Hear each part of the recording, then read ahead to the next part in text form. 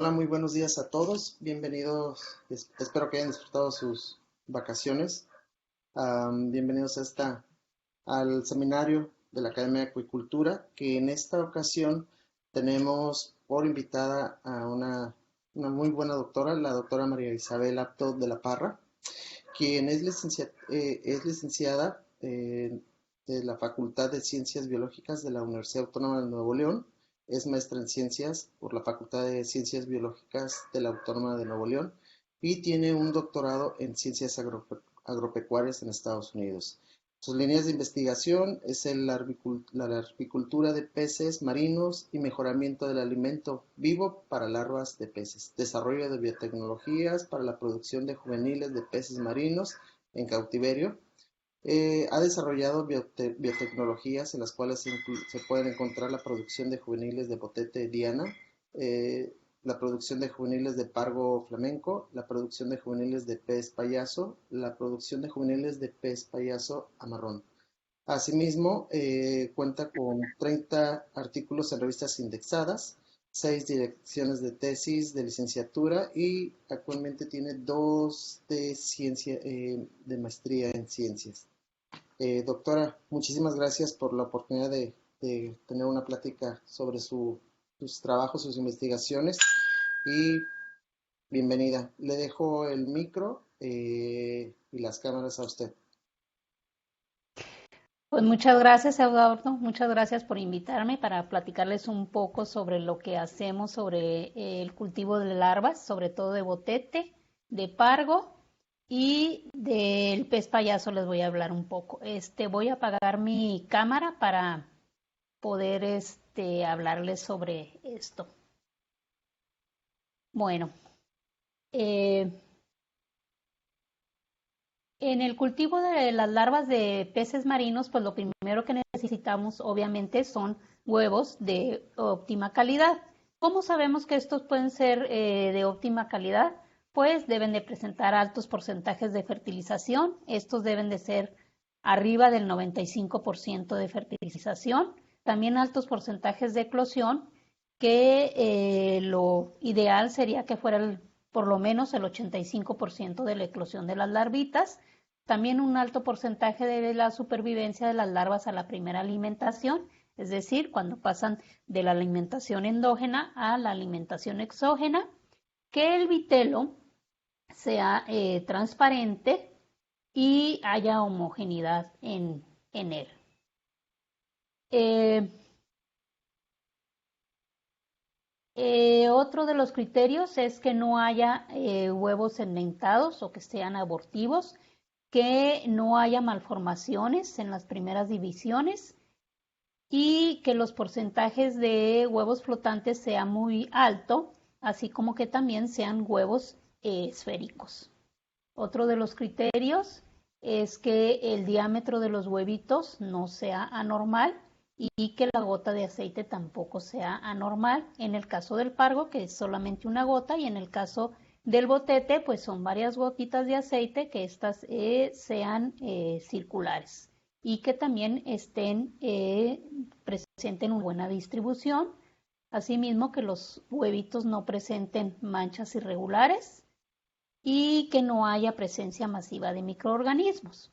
Aquí les muestro cuál es un huevito de buena calidad y uno de mala calidad. Como pueden observar, el huevo de buena calidad es transparente, son brillantes, y los de mala calidad pues ya presentan, son blanquecinos, son opacos y ya presentan el contenido turbio. Ahora, ¿cómo determinamos el porcentaje de fertilización? Porque si recuerdan, uno de los criterios era el alto porcentaje de fertilización.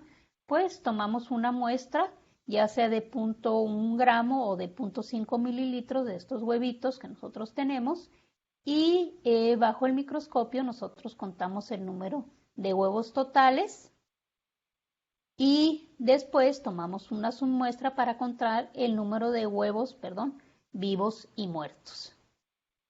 Y sacamos nuestro porcentaje de eclosión, que es, de fertilización, que es el número de huevos totales entre el número de huevos viables por 100. Si nosotros tenemos menos de o más del 50% de huevos irregulares, este lote se rechaza. En cambio, si tenemos menos del 5, del 10%, esto quiere decir que nosotros podemos aceptar este lote para después incubarlo, ¿sí? En el caso del botete Diana, los huevitos son esféricos, miden 0.71 centímetros de diámetro, son demersales. ¿Qué quiere decir esto? Que se van hacia el fondo y se adhieren a alguna superficie. Y como les comentaba, también presentan varias gotas de aceite. En cambio, los huevitos de pargo flamenco también son esféricos, miden de 70 a 80 centímetros, perdón, 0.8 centímetros de diámetro. En cambio, estos son huevitos pelágicos y solamente presentan una gotita de aceite. El pez payaso, los huevos fertilizados, como pueden ver aquí en la imagen, presentan una forma cilíndrica y un color amarillo-naranja. Estos no son tan transparentes como en el caso de estos del botete y los huevos de pargo. Y estos se adhieren a la superficie mediante una ligadura llamada manubrio. Más adelante les voy a explicar un poco más sobre lo del pez payaso y ahorita me voy a enfocar más que nada al pez botete y a los pargos. Entonces, nosotros ya tenemos nuestros huevitos y antes de ponerlos a incubar, lo que vamos a hacer es darles un tratamiento profiláctico. ¿Para qué? Pues esto es con el fin de desinfectar a los huevitos de los patógenos que puedan estar ya sea en el cultivo del agua de los reproductores o del fluido ovárico de la hembra. Y con esto también vamos a evitar que se infecte el agua de cultivo donde nosotros los vamos a incubar y después donde vamos a realizar el cultivo de larvas. Estos métodos también aumentan la supervivencia de eclosión y la supervivencia de las larvas y disminuye el porcentaje de larvas deformes. Los más usados son el agua dulce, la formalina, la criflavina, el glutarido y el ozono. Nosotros usamos ya sea el agua dulce y la formalina con mayor frecuencia. Estos son los niveles bacterianos aceptables que deben de tener la agüita de cultivo o los huevitos, ¿no? Les comentaba que el botete, los huevitos son adheribles, estos, o sea, se adhieren a una superficie y esto ha creado bastante problemas porque al adherirse, pues puede causar hongos, también entre ellos, o sea, no hay un buen espacio entre ellos para la oxigenación, etcétera. Entonces, lo que se recomienda es desgomarlo. Hemos usado estos tratamientos para desgomarlos. El que ha dado mejores resultados es la encima y también la piña y la papaya. Y bueno, por cuestiones económicas, pues se recomienda sobre todo el jugo de piña, ¿no? Aquí tenemos el juguito de piña. Lo que se hace es poner los huevitos dentro de ellos y después de unos minutos sacarlos y enjuagarlos. Aquí podemos ver ya un huevito desgomado y esta es la larva recién eclosionada. Y como pueden ver, aquí son huevitos que no están desgomados y entonces también esto crea que las cascaritas del huevito, cuando eclosionan, pueden contaminar el agua de cultivo. Entonces, por eso es otra de las causas que nosotros hemos decidido desgomar a los huevos del botete. Se recomienda también, o bueno, uno de los métodos para incubarlos, ya sea en jarras o en tanques, o dentro de los tanques poner mallas o redes. Sobre todo para los huevitos de botete, nosotros usamos las jarras, estas de McDonald's, y para el cultivo de las larvas la incubación de de los huevos de pargo nosotros usamos los tanques. ¿Cómo llevamos a cabo esta incubación de huevos? Pues es con agua de mar filtrada, que es pasada por luz ultravioleta. Es un sistema estático, que quiere decir que no tenemos flujo de agua continuo, solamente le ponemos aireación, no tenemos luz artificial, o sea, es la pura luz del día, y se lleva a cabo entre 26 a 28 grados centígrados, y la densidad de huevitos es de 30 a 50 huevos por litro. Una vez que eclosionan las larvas, las larvas de botete, sin desgomar, se lleva a cabo la eclosión después de las 72 horas de la fertilización. En cambio, los huevos desgomados, las larvitas se eclosionan a las 48 horas después de la fertilización, y las larvitas miden alrededor de 1.9 milímetros, o sea, son muy pequeñitas. Y las larvas de pargo, estas eclosionan mucho más rápido, a los 19 horas después de la fertilización, y miden alrededor de 2 milímetros. También son muy pequeñitas, y como pueden observar, son muy transparentes y contienen solamente una gotita de aceite, y las larvitas de botete, como pueden ver aquí en su vitelo, contienen varias gotas de aceite. Y la eclosión se lleva, lo recomendable es que sea entre 27 y 28 grados centígrados para tener pues una mayor porcentaje de eclosión. Aquí podemos ver unas larvitas deformes del botete diana, y estas son larvas deformes también del pargo flamenco.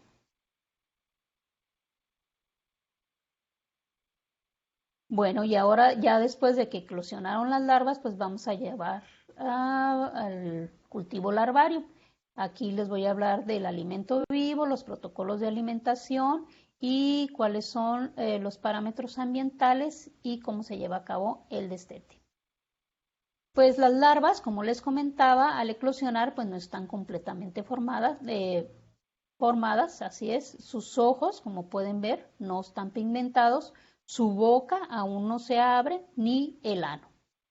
Y entonces ellas se alimentan de sus reservas como la gotita de aceite y el vitelo. Y abren la boca hasta los 2 o 3 días después de la eclosión, y es cuando inician su alimentación exógena de 3 a 4 días después de la eclosión.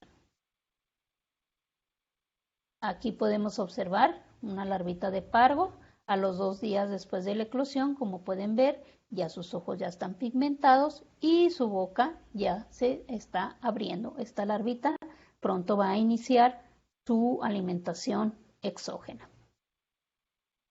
Les comentaba que al final de este periodo pues ya están sus ojos bien desarrollados, su tracto digestivo también ya empieza a desarrollarse, y es cuando ellas ya pueden consumir alimento vivo.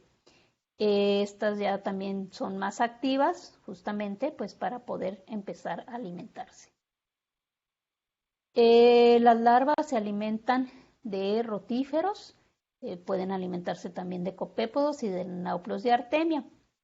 El alimento pues obviamente debe de suministrarse en el momento adecuado para que estas larvitas vayan a sobrevivir, no vayan a morir por desnutrición. La mayoría de las larvas de los peces marinos, como pudieron observar del pargo y del botete, son muy pequeñas, y entonces el tamaño de su boca también es muy pequeño. Entonces se ha sugerido que el alimento debe de otorgarse que sea más o menos alrededor de entre el 25 al 50% del tamaño de su boca, para que haya un éxito en de pasar de la alimentación endógena a la alimentación exógena. Entonces esto es muy importante, que nosotros otorguemos el alimento que tenga este tamaño adecuado para que ellas puedan ingerirlo. Ellas se alimentan de rotíferos, copépodos. Las microalgas sobre todo se utilizan para alimentar al alimento vivo y bueno, para otras, ahorita les voy a hablar de que también para qué sirven las microalgas. También las alimentamos con artemia y posteriormente pues se destetan con un alimento balanceado. Las microalgas que nosotros usamos en el cultivo de las larvas generalmente es Nanocloropsis e Isocrisis, pero estas también se utilizan en otras especies de peces marinos. También ya se usa la pasta de microalgas, sobre todo para alimentar o enriquecer a los rotíferos. Entonces esto es a veces mucho más práctico ya comprar esa pasta de microalgas y no cultivar la microalga.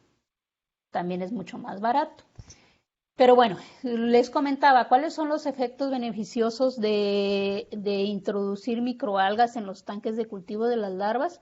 Pues estas producen liposacáridos que aumentan el sistema inmunológico de nuestras larvas, mejora también la calidad del agua porque elimina los metabolitos nitrogenados, también controla, como sabemos, el pH y estabiliza el oxígeno. Algunas tienen acción bactericida y fungicida y les comentaba pues que sirven de alimento para los rotíferos. Incrementan, claro, el valor nutricional de los rotíferos y a veces es un alimento directo también para las larvitas, porque al momento que están consumiendo los rotíferos, pues también consumen microalgas. Las especies de rotíferos que más se usan son el Brachionos plicatilis y rotundiformes. Y la artemia los rotíferos también se cultivan dentro de las instalaciones de aquí del CIAD. No les voy a hablar del cultivo, pero bueno, estas también se cultivan para luego dárselas a las larvitas. Y la artemia, esta no se cultiva, esta se consiguen los quistes, los cuales posteriormente se descapsulan y ya se otorgan a las larvas. La descapsulación pues se lleva a cabo de acuerdo a lo que diga también el fabricante de los quistes y después también pueden los náuplios de artemia posteriormente se enriquecen también con enriquecedores que están en el mercado. Entonces, el protocolo de alimentación que nosotros usamos para estas larvas del botete y del pargo se llevan a cabo por la técnica de agua verde. ¿Qué quiere decir esto? Pues que nosotros añadimos microalgas a los tanques de cultivo. Esta es la técnica de agua verde.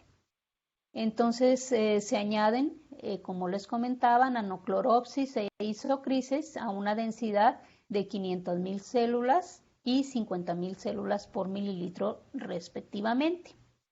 Esto es desde el día 0 al día 12, después de la eclosión. Después, del día 2 al día 6, se añaden rotíferos a cada uno de los tanques de cultivo y a una cantidad de 10 rotíferos por mililitro. Después de los 7 a 15 días, se aumenta esta cantidad de rotíferos a 20 rotíferos por mililitros. Estos pues se enriquecen con las microalgas, como ya les había comentado. Y a partir del día 15 al día 30 se reduce la cantidad de rotíferos, de 20 se reduce a 10 y se le van añadiendo náuplios de artemia a una concentración de 0.5 por mililitro y se va incrementando hasta obtener una concentración de 4 náuplios o metanáuplios de artemia por mililitro.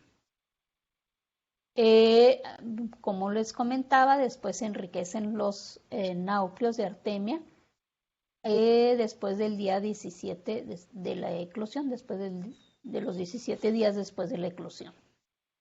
Ahora, ¿cómo distribuimos el alimento vivo? Pues este se distribuye manualmente, y donde está la aireación precisamente para que haya una distribución homogénea del alimento. Y más o menos las horas de alimentación es a las 8 de la mañana, a las 12 y a las 5 de la tarde. A la primera hora de alimentación es cuando otorgamos el 50% de la ración de ese día, pues porque en la noche ya no se les da el alimento, entonces es cuando más les damos en la mañana, y el resto se reparte a mediodía y en la tarde. ¿Qué hacemos para que las larvas sí consuman el alimento? Pues nosotros introducimos este alimento antes de que las larvas abran su boca o lo puedan ingerir, para que se vayan acostumbrando a la presencia, y también pues para que esté disponible justo en el momento en que ellas estén listas para consumir. Y pues la densidad debe de ser la adecuada para que ellas sí puedan encontrar este alimento.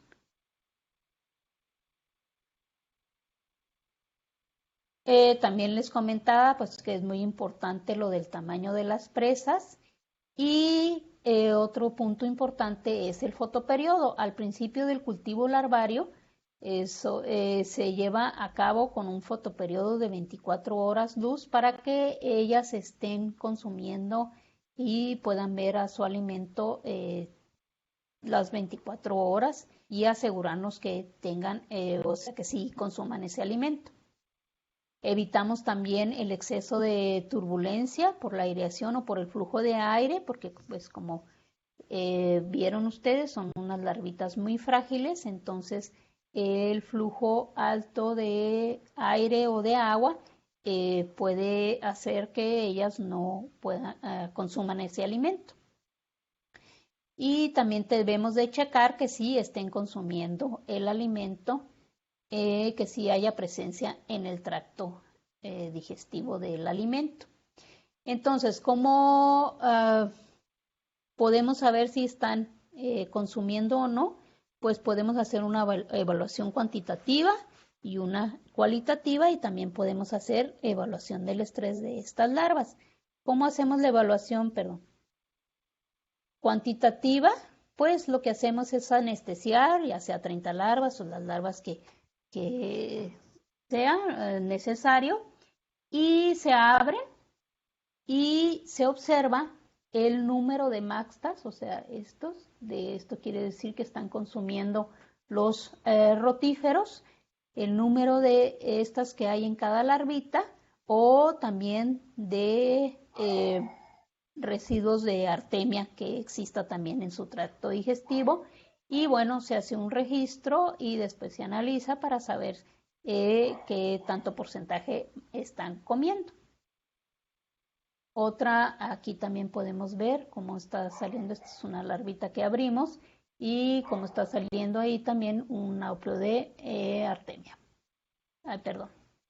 Y la evaluación en cualitativa, esto es observar y registrar la secuencia de ataque y la posición horizontal de ataque.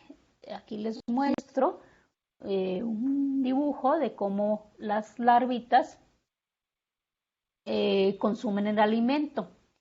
Las larvas más que nada consumen por visión, o sea, ellas tienen que ver a su presa, entonces ellas detectan a su presa, se acercan a ella, la observan, y cuando nosotros vemos que ya doblan la cola, quiere decir que ya van a atacar y ya van a ingerirla. Así es como se puede hacer la observación cualitativa. Entonces esto se lleva a cabo observando un determinado número de larvas para ver cuántas veces atacan e ingieren las presas. Se necesita pues bastante paciencia. Bueno, y ahora les voy a hablar del destete. Esto quiere decir que del alimento vivo pasan a comer el alimento inerte, por eso se le llama el destete. Y bueno, ¿cuál es la principal dificultad de esto? Pues que las larvas acepten este alimento. Esta es una de las etapas en que también se presentan altas mortalidades y bueno, para también evitarlo, pues nosotros requerimos que usar alimentos de alta calidad. Y lo que se debe de hacer para poderlas acostumbrar a el alimento inerte es otorgar el alimento junto con la artemia que nosotros vamos a dar en ese día. Entonces, poco a poco les damos nosotros la artemia y una ración de alimento vivo y vamos disminuyendo la cantidad de artemia, sustituyéndola por el alimento inerte para que ellas ya al final solamente consuman el alimento inerte.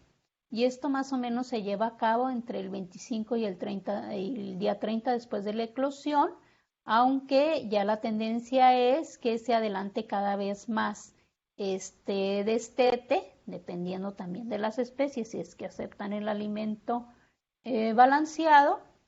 Esto es para disminuir pues que se le otorgue la artemia y también disminuye un poco pues los costos de producción. El destete se lleva a cabo más o menos de 5 a 7 días y aquí también lo que hacemos es incrementar el aire para mantener la calidad del agua y la suspensión del alimento en nuestro tanque.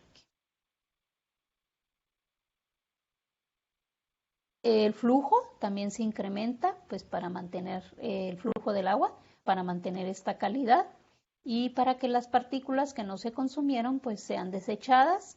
Entonces por eso incrementamos la abertura de luz de las mallas de los filtros y también se incrementa el sifoneo del fondo de los tanques para eliminar pues todos los restos no consumidos y así también mantener nuestra calidad de agua en nuestros tanques.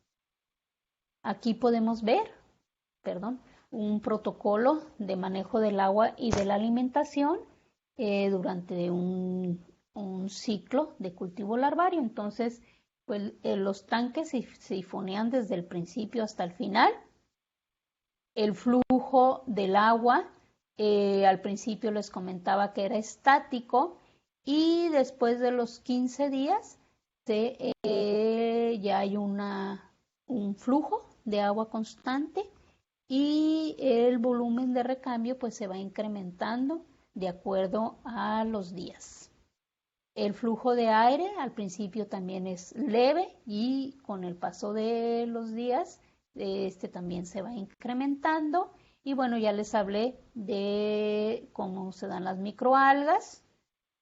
Estas cesan de darse después del día 16 de la eclosión y los rotíferos también disminuyen cuando nosotros empezamos a dar la artemia hasta que ya no le damos más que pura artemia y bueno, aquí son los días del destete. En ocasiones también hemos dado copépodos, estos también son algo complicado de cultivarse. Y bueno, aquí tenemos cuáles son los periodos críticos en nuestro cultivo de las larvas, pues los primeros días del 2 al 6, cuando se lleva a cabo la reabsorción del vitelo y de la gota de aceite y comienza la alimentación exógena. Aquí es cuando se presenta uno de los picos de mayor mortalidad en esta etapa. En la etapa de los días de 8 a 19 después de la eclosión, ya también empieza a haber malformaciones de la vejiga de gases, entonces esto hace también que haya una alta mortalidad y también cuando se cambia el tamaño de las presas, porque recuerden que ya se empieza a dar después artemia, entonces aquí también hay una alta mortalidad, entonces por eso el cambio de presa se debe de hacer gradualmente, es decir, dar, por ejemplo, rotíferos junto con la artemia para que este cambio no sea drástico y las larvitas pues se vayan acostumbrando a este cambio de alimento. Y los días también 20 a 35 también son periodos críticos, porque aquí ya también se empiezan a hacer jerarquías. El cambio del tamaño de las presas pues también es aquí también crítico. Es cuando también empezamos a hacer el destete, aumenta también el canibalismo y pues hay muchos cambios morfofisiológicos que también pueden aumentar la mortalidad si las larvas no tienen una buena sistema inmune y no están bien alimentadas. Ahora, ¿qué puede conducir al estrés a las larvas? Pues las corrientes de aire, las corrientes de agua o de aire, el tamaño de las presas que no sea adecuado, también que haya una alta densidad de alimento, por eso es muy importante desarrollar estos protocolos de alimentación para saber cuál es la densidad de alimento que es adecuada para cada una de las especies. El espacio también es muy importante y bueno, la presencia de enfermedades o de parásitos también pues les va a causar estrés. La luz, también si no hay suficiente luz, también les causa estrés. El fotoperiodo continuo, después de que nosotros, después de los 10 días, ya hay que disminuir el fotoperiodo y hay que hacerlo más o menos de 12 a 12 horas luz, 12 horas oscuridad y los cambios bruscos, ya sea de luz, oscuridad, salinidad o de la temperatura. Los parámetros ambientales también tienen mucho que ver en el estrés de las larvas. Por ejemplo, que haya menos de 80% de oxígeno, etcétera. ¿Y cuáles son las causas de la variabilidad de las tallas? Porque nosotros hemos observado en muchos cultivos, ya sea de pargo o de botete, que hay una gran variabilidad de tallas. Como pueden ver en esta foto, este es en un mismo cultivo y pues ven aquí cómo hay una gran variabilidad de las tallas. Entonces, una puede ser por diferencias genéticas, otra porque hay una interacción competitiva entre los organismos de un mismo tanque, o porque el nivel de alimentación o la cantidad no fue suficiente, o también el tamaño de la partícula no fue el adecuado.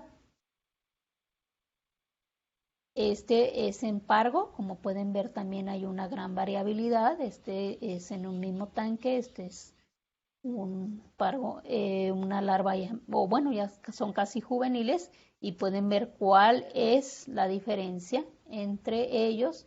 Entonces no debemos de favorecer este tipo de animalitos en el tanque, los debemos de sacar y debemos de dar un alimento adecuado y como les comentaba, los cambios deben de ser lentos de un alimento a otro y estarlos acostumbrando a cada uno de ellos. También lo que debemos de hacer es extender el alimento vivo. Si nosotros vemos que hay un gran o sea, una gran cantidad de que no están uniformes los peces, entonces hay que extender el suministro del alimento vivo y los alimentos artificiales, como les comentaba, pues deben de ser de una alta calidad y la partícula pues debe de ser de un tamaño adecuado y que las partículas no haya una gran variabilidad entre el tamaño de las partículas. Son también pargos y esto es el canibalismo de un mismo tanque, o sea, este animalito había consumido a su hermanito, entonces murió ahogado también porque no pudo consumirlo completamente. Aquí pueden ver, también aquí en pargo, también este es de un mismo tanque, cuál es esta variabilidad. Entonces, también, ¿qué podemos hacer? Aumentar la turbidez con microalgas, bajar un poco la luminosidad, y lo que más se recomienda es hacer una separación de tallas cada 7 a 10 días, y así vamos a evitar este canibalismo, ¿no? Entonces, las tallas iguales se ponen en un tanque para que todos tengan, obvio, pues la misma talla, ¿sí? Bueno, esto es en cuanto a los peces, en cuanto a botete y pargo. Les decía que les iba a hablar aparte del pez payaso, porque pues es un poco diferente. Entonces, pues rápidamente este pez se vende en los acuarios, ya el adulto, de entre 300 a 450 pesos. Aquí en México no se cultiva más que en Mérida, y su venta se basa casi exclusivamente en la colecta de ecosistemas coralinos. Entonces, pues hay una gran depredación por parte del humano de ellos. Entonces, lo que nosotros hacemos, este es el sistema de los reproductores, y aquí en cada una de estas peceras nosotros tenemos a los reproductores. Y para la fertilización colocamos una hembra y un macho en uno de esos acuarios y se lleva a cabo la fertilización. Y los huevitos fertilizados, como ya les había comentado, presentan una forma cilíndrica y se adhieren por medio de esta estructura que se llama manubrium, y se adhieren a una superficie. En este caso, los machos son los que cuidan a los huevos de estarlos aireando, pero nosotros ya lo que hacemos, llevamos a cabo una incubación artificial. ¿Por qué? Porque luego, cuando nacen también las larvitas, hay una gran depredación por parte de los adultos. Entonces, nosotros lo que hacemos es colocar ya los huevitos ya casi a punto de eclosionar. Como pueden ver aquí, se puede notar esto plateado, que ya van a estar, ya casi van a eclosionar, y los colocamos en estos tanques para que se lleve a cabo la eclosión. Aquí es muy importante colocarles una estructura aquí arriba para que no les entre la luz, porque ellos eclosionan en completa oscuridad. La eclosión se lleva a cabo después de 11 días y después de la fertilización, de 11 a 13 días, y eclosionan, estos sí eclosionan bastante grandes, como pueden ver, de 4 milímetros. Y entonces inmediatamente ellos ya se colocan en tanques con agua verde, porque ya después de los 3 días abren la boca y empiezan a consumir rotíferos, 20 rotíferos por mililitro. A estos 3 días ya miden 6 milímetros, o sea, el crecimiento en esta etapa es muy rápida. A los 6 días ya miden 7.5 milímetros y ya están consumiendo náuplios de artemia. A los 17 días ya las destetamos con el alimento balanceado especial para peces de ornato, y a los 25 días ya se cosechan y ya salen también para su venta. Esto se lleva a cabo a 28 grados centígrados, el cultivo de estos animalitos, a una salinidad de 35 y un fotoperiodo de 12.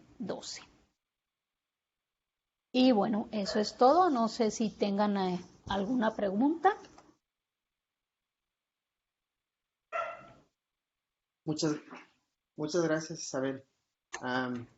Pues bueno, se abre en este momento para que puedan hacer preguntas vía chat o levantando la mano, como ustedes gusten. Alumnos o investigadores, ¿les gusta realizar alguna pregunta?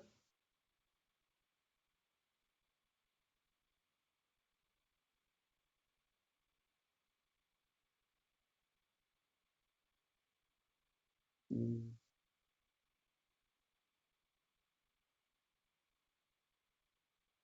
¿No? Ok. A ver, permítame. Hay dos. Mm, Bernardo Beirán. Hola, buenos días. ¿Qué métodos usan para la desinfección de los huevos y las artemias?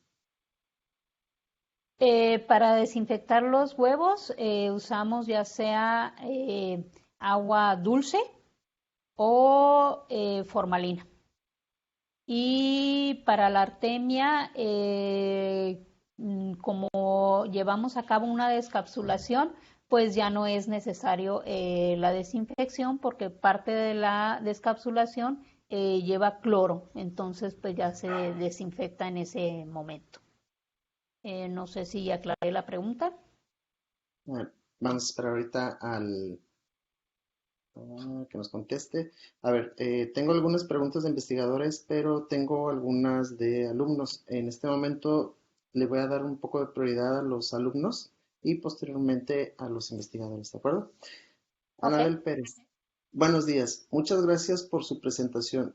¿Ustedes realizan estudios de bioquímica de huevos para complementar el análisis de calidad?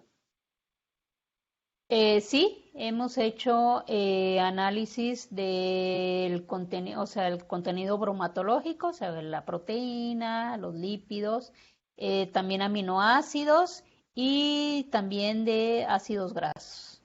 También con eso complementamos, bueno, pues la calidad, o sea, sí, pues sí, es parte de la calidad de los huevitos, pero también para saber, pues este contenido también que nos puede ayudar cómo podemos alimentarlos mejor, ¿no? Al saber el contenido que tienen ellos de proteína, de ácidos grasos y de aminoácidos, pues nos ayuda para saber cuál puede ser su requerimiento de estos nutrientes. Ok, Ujú. de acuerdo. Vamos a esperar que nos conteste. A ver. Daniela Marín. Hola, buenos días. ¿Qué tamaño tienen a los 25 días? A los 25 días tienen más o menos, uy, no Ah, me ya acuerdo es. ahorita, pero Mm, han de ser menos como 1 centímetro más o menos a los 25 días. El pargo y el botete eh, debe de ser también como de 2 centímetros. Ujú. de acuerdo. Ahorita tengo preguntas ya de, a ver, este es otro alumno. Buen día. ¿Determinan los patógenos verdaderos presentes en los lotes de huevos antes de desinfectarlos? ¿Qué porcentaje de supervivencia se obtiene si no se da la desinfección de los huevos? Ok. Sí, sí se determinan los patógenos que tienen los huevitos, o sea, en el lote de huevos, eso los determinan.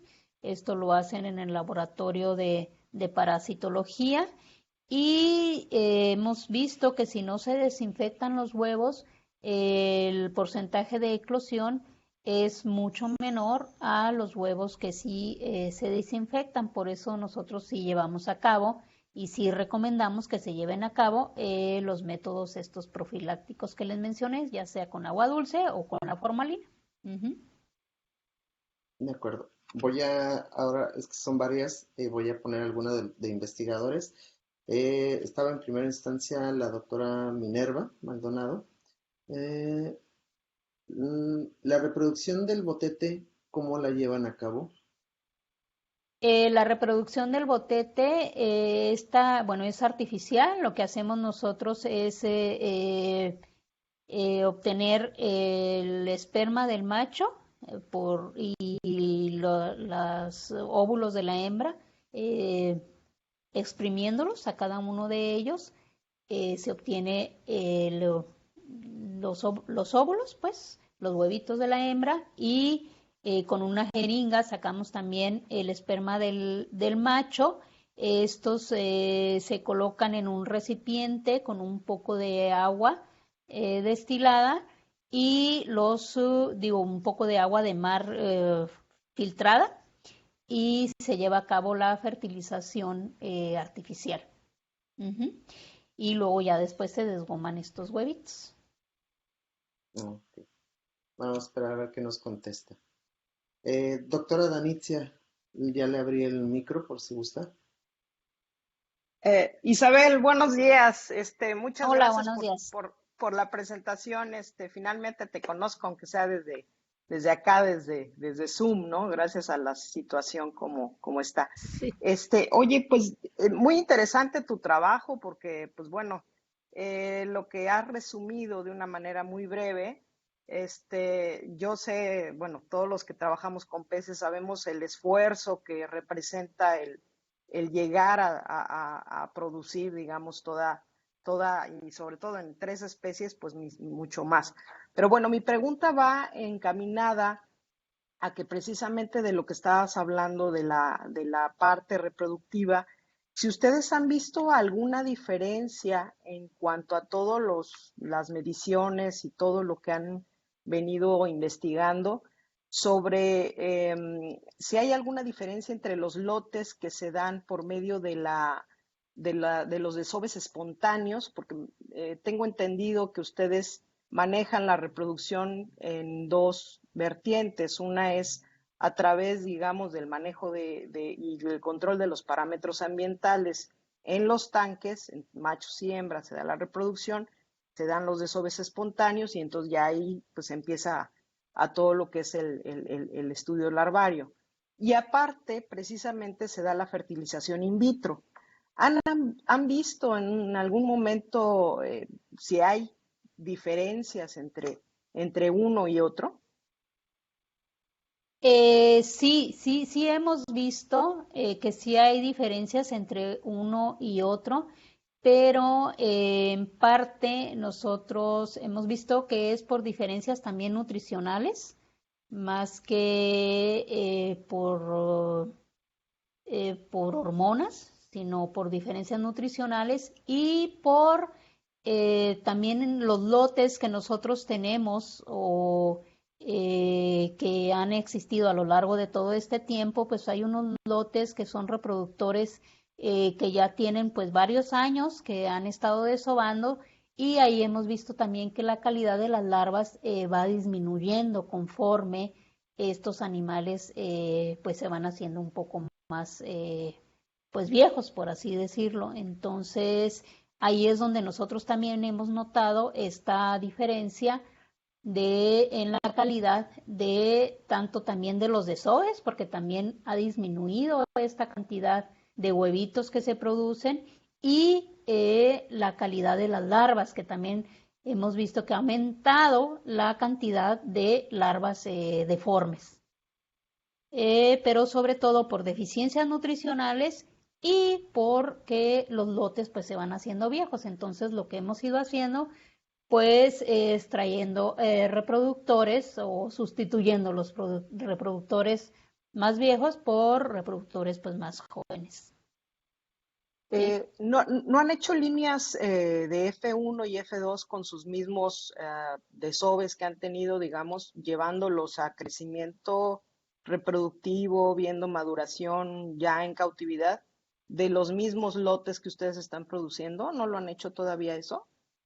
Sí, bueno, yo no lo he hecho, o sea, realmente el que lo está haciendo es Leonardo Ibarra y Juan Manuel Brom, que son los que son los encargados sobre todo de la reproducción. Entonces ellos sí lo han estado haciendo y Noemí García, ¿no? Entonces, pero yo no tengo ahorita, o sea, a la mano esos datos, pero Ok. sí lo han estado haciendo. Y ya para finalizar, una pregunta rapidísima. El ciclo Sí. reproductivo del payaso, ¿de cuántos días estamos hablando para que, digamos, se pueda desovar la hembra o pueda hacerse la fertilización, me imagino que en el propio acuario? Y Ajá. ¿qué sobrevivencia tiene en final? Porque decías que era el 100%. Sí, fíjate O, que estos payasitos sí son del 100% de las larvitas que hemos obtenido, son del 100%. Eh, Interesante. Sí, o sea, sí es una chulada porque porque con Claro. el pargo y el botete, pues lo más que hemos Eh, obtenido, no sé, es el 20%, 25 por ahí, ¿no? Entonces en el pez payaso sí, y su ciclo reproductivo es muy pronto, o sea, cada 15, 17 días ellos están reproduciendo. ok. Muchas gracias y felicidades por la presentación. Gracias. Gracias.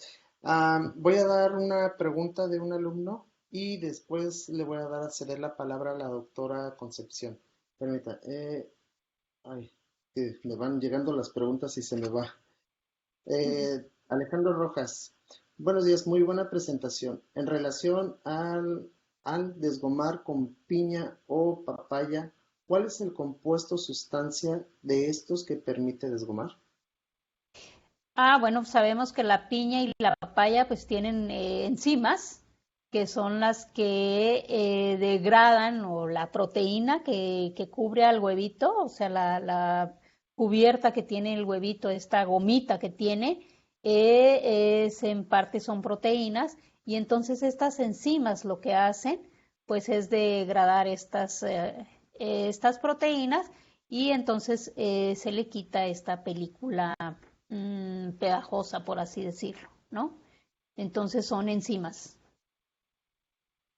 De Entonces acuerdo, por eso es mucho más barato, como les comentaba, pues desgomar con piña y con papaya que con la enzima que se puede comprar, porque al final pues son enzimas. de acuerdo. Vamos a esperar a ver qué nos contesta en el chat. Doctora Concepción, por favor, ¿tiene abierto el micro? Buenos días. Muchas gracias por tu presentación muy didáctica y muy interesante. Yo quería preguntarte acerca de los pigmentos. Sabemos que las microalgas producen muchos pigmentos que tienen un potencial antioxidante muy bueno. Y en el caso de los organismos que tú estás, vamos a decir, estudiando, pues tienes ahí como un poco de variación, ¿no? En las pigmentaciones. Y me llama mucho la atención estos últimos que has presentado, que tienen una coloración muy viva. Y estaba pensando si tuviera que ver con algún potencial antioxidante dentro del organismo que tuviera que ver con su sistema inmune, porque primero las supervivencias son muy impresionantes respecto a los otros y bueno, me imaginaría que tienen una diversidad de o de metabolismos para poder capturar estos pigmentos, ya que según lo que yo sé, no son los organismos los que producen esos pigmentos, sino vienen de de la asimilación de los alimentos. No sé qué puedas contestar. Gracias. Sí. Pues fíjate que no hemos hecho nada en relación a pigmentos en las microalgas.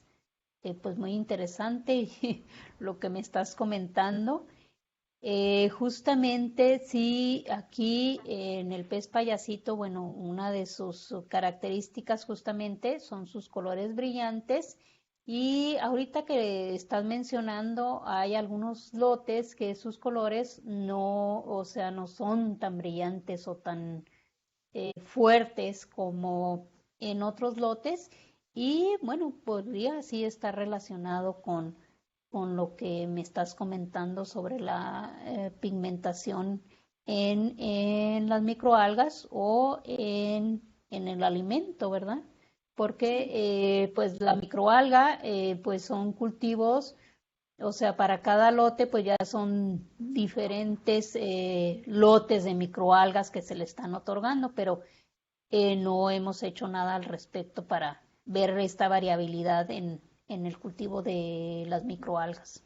Sí, Ujú. mira, te comento rápido nada más que nosotros tenemos un cepario de microalgas en el CIBNOR y hemos estado trabajando con suministrar diferentes especies que no son muy conocidas para alimentar, vamos a decir, zooplancton, que va a ser alimento para peces. Y Ujú. hemos visto muy buenas tasas de asimilación, supervivencia, pero zooplancton, pero no hemos podido probar en peces y sería muy interesante porque las microalgas que estamos evaluando tienen una alta cantidad de pigmentos, entonces, bueno, sería interesante. Pues sí, sería muy interesante que, pues podríamos hacer una colaboración ya que se pueda, con todo Ya que se esto. restablezca todo esto. Sí, claro que sí. Ándale, Ujú, sí, está bien. sí. Sería muy Uy, interesante. sí, sería muy interesante. Sí, pues nos ponemos en contacto. Claro, gracias. No, al contrario. Gracias, doctora. Voy a dar lectura a tres preguntas de investigadores que están muy a la par con, digamos así, el tema. Dice, una es de la doctora Laura Guzmán. Dice, ¿cuál es el porcentaje de supervivencia larvaria después del destete de las diferentes especies? Y otra es de el doctor Carlos Pérez. Dice, ¿qué especie de microalgas se han utilizado en su alimentación? Si se han utilizado diferentes especies, se ha visto efectos distintos en su desarrollo o supervivencia. Ok. Bueno, la supervivencia de las larvas después del destete, del botete y del pargo. Bueno, del botete hemos obtenido hasta el 30% y del pargo alrededor del 25% de supervivencia. Y bueno, aquí como les comenté y lo ven aquí en la pantalla, es del pez payasito pues hasta el 100%. Y bueno, como le comentaba anteriormente, pues no hemos usado otras microalgas más que las que comenté, que es Nanocloropsis e Isocrisis. Ujú. Ok. La doctora Minerva Abandonado. Gracias, doctora Isabel. La reproducción, ay, perdón, es que se me movió la pregunta. La reproducción, entonces todavía no hay una sincronización de la puesta entre machos y hembras, me refiero al botete. No, no todavía. De hecho, en cuanto al botete, pues paramos un poco esta investigación del botete porque, bueno, pues muchos productores no estaban interesados en cultivar botete, ¿no? O engordar botete. Entonces, pues ya después nos enfocamos más a especies como el pargo, que sí están interesados, o ahorita el robalo, ¿no? Entonces, hemos dejado un poco de lado la investigación sobre el botete. Ujú. Ah, de acuerdo. La doctora Laura Guzmán, gracias doctora por su respuesta y presentación. Tenemos la pregunta de un alumno, Eric.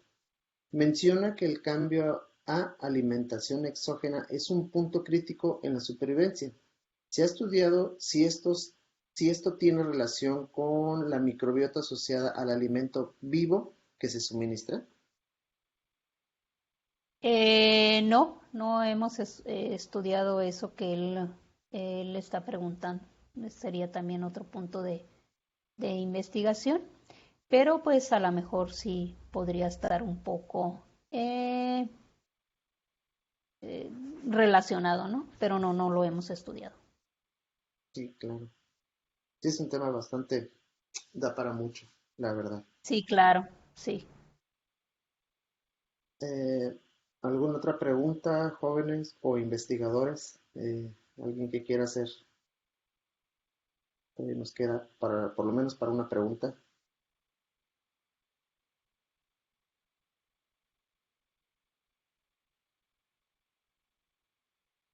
No.